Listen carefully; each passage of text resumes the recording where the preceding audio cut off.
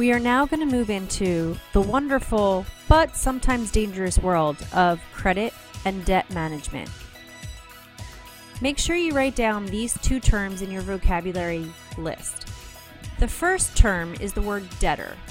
When we talk about credit, we are talking about borrowing money, and as soon as you borrow money, you become a debtor.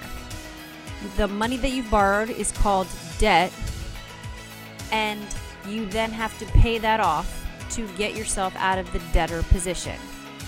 This could be money that you've borrowed from a person, like a mom or a dad or an uncle, or from a business or a bank that loans money to others. The organizations that loan that money are called creditors. A bank or a credit card company doesn't just give you money. You have to qualify to receive it.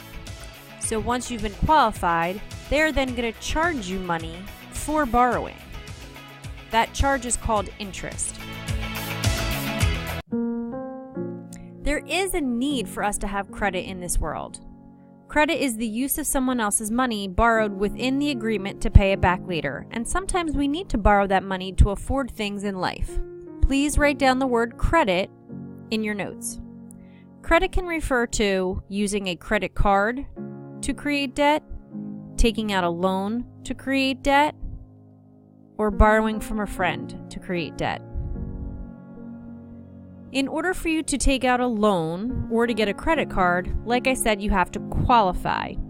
In order to qualify, meaning to be eligible for that debt, you have to prove to the bank or the credit card company that you have income, and income is money coming in. They won't give you a loan if you can't afford to pay it back. You also have to show capital, and please write this definition down. Capital is the value of the property you possess after deducting your debts. We've talked about capital before. Capital is what you own minus what you owe. So on my house, I am still making payments for the loan. What I've already paid off would be considered capital. What I still have to pay off, what I still owe the bank, is considered my debt. And lastly, banks and organizations that are going to loan to you, look at your collateral. Collateral is property that you promise to make sure that, don't worry, that was a Cyber Monday update. It's property that you promise to assure that you're going to make payments back to that organization. So if you do not make your loan payments, the creditor can take that property. When you borrow something with collateral, they call that a secured loan because whoever you borrow the money from feels secure. So if you borrow a large amount of money to buy a car or maybe buy a house, the bank that you borrow the money from feels very secure because they know you're going to pay them back. You are going to have to, or they're going to take back the house or take back the car as collateral.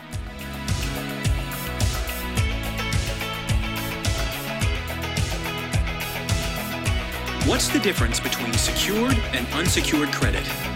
Secured credit generally refers to credit that requires you to list something of value in order to guarantee the loan. In banking terms, this is called collateral.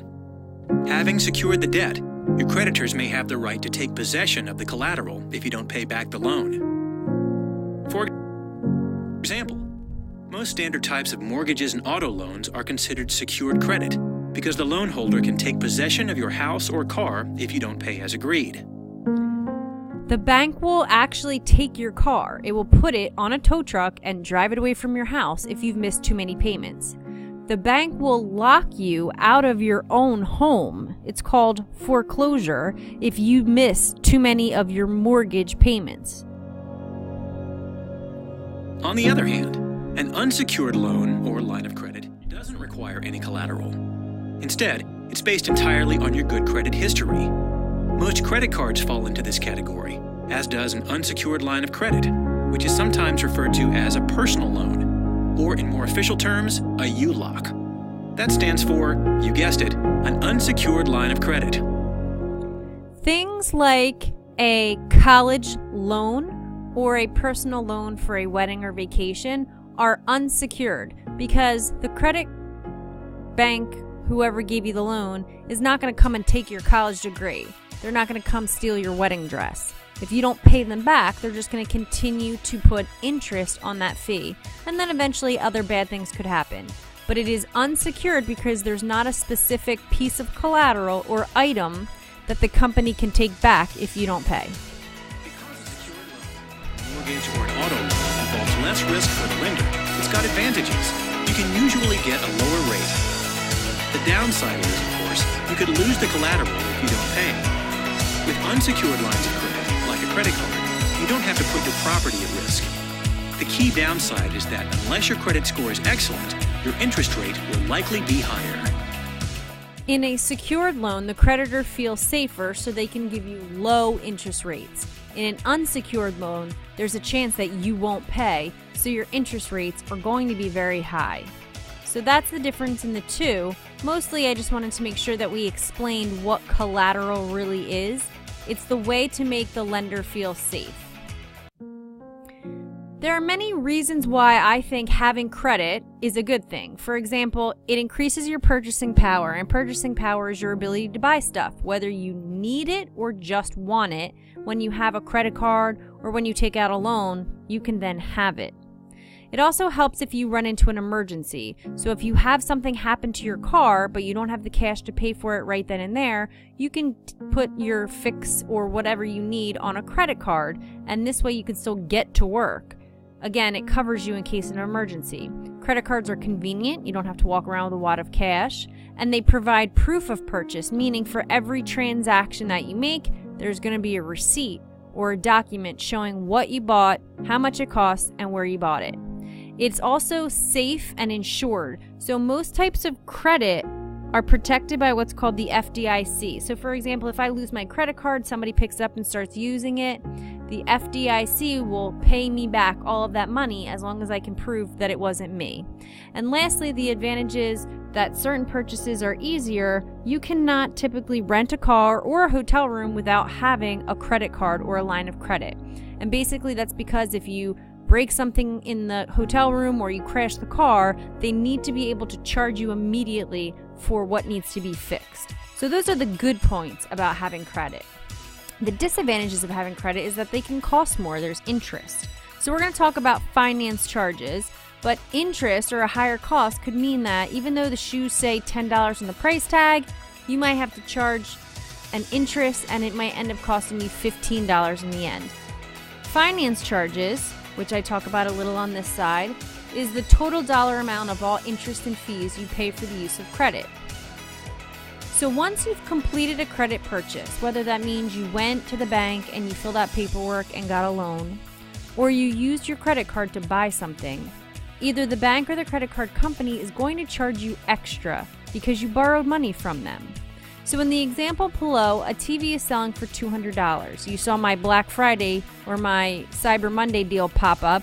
So it might be selling for $200, but Donald doesn't have the money right now, and it's only a one-day deal, Cyber Monday, so he puts it on a credit card, and he ends up making 8 monthly payments of $24. So you think, well, 8 payments, 8 times 24, that means he paid $224 for a TV. I thought you said the TV was only $200. The fact of the matter is there's a charge of $24 just because he didn't pay all of it at one point. Because you're paying over a period of time, the bank or the loan or the credit card company will charge you interest in the form of a finance charge. If you pay late, that finance charge may go up. If you skip a month, that finance charge might go up. So your behavior is what determines how much you're going to be charged. The other things that are a disadvantage for credit is that you now have a monthly bill to pay back that debt, and you're more tempted to overspend. A lot of times when people have a credit card or they've taken out a personal loan, it's like, woohoo, I have money now, and they end up overspending instead of staying within their budget.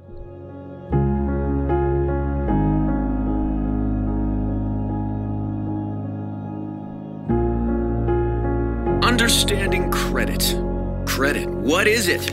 Well, here's the nuts and bolts of it. Buy your toys, tools, and what have yous today, and pay for them sometime that's not today.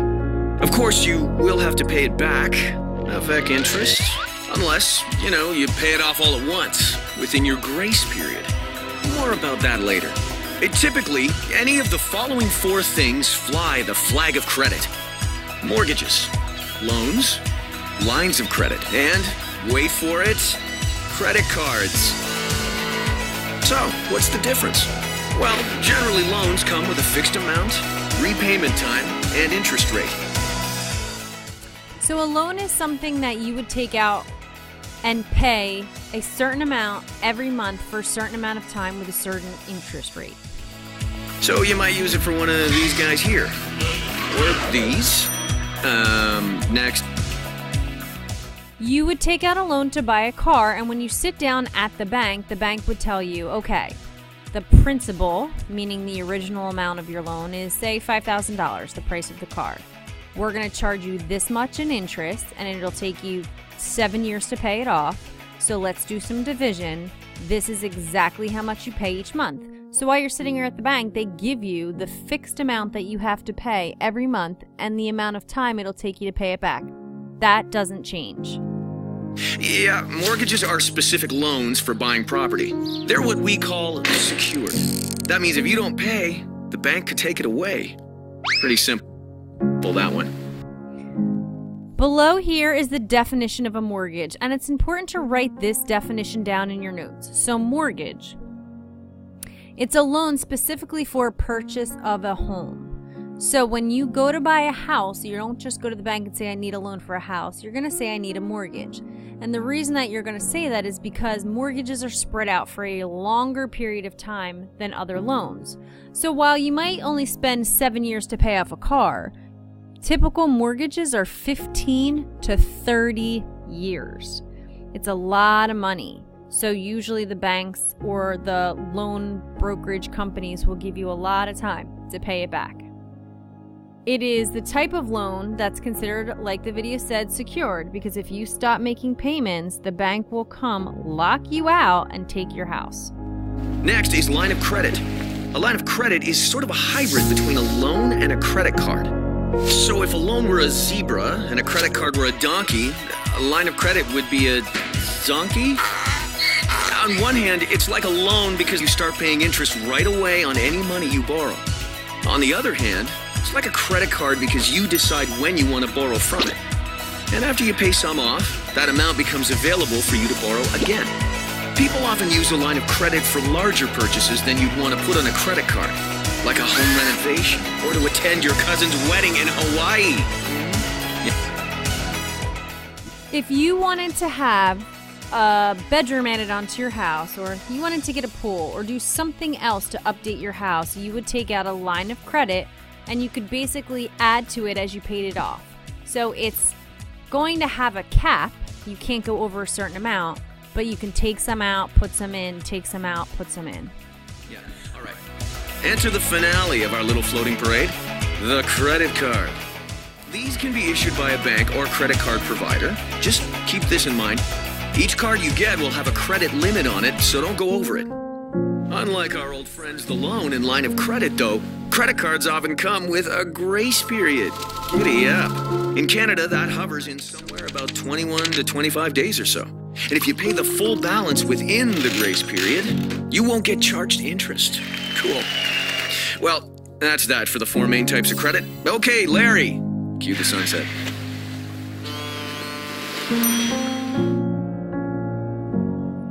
As the video said, if you're interested in getting a credit card, as always, there is a fee for borrowing money.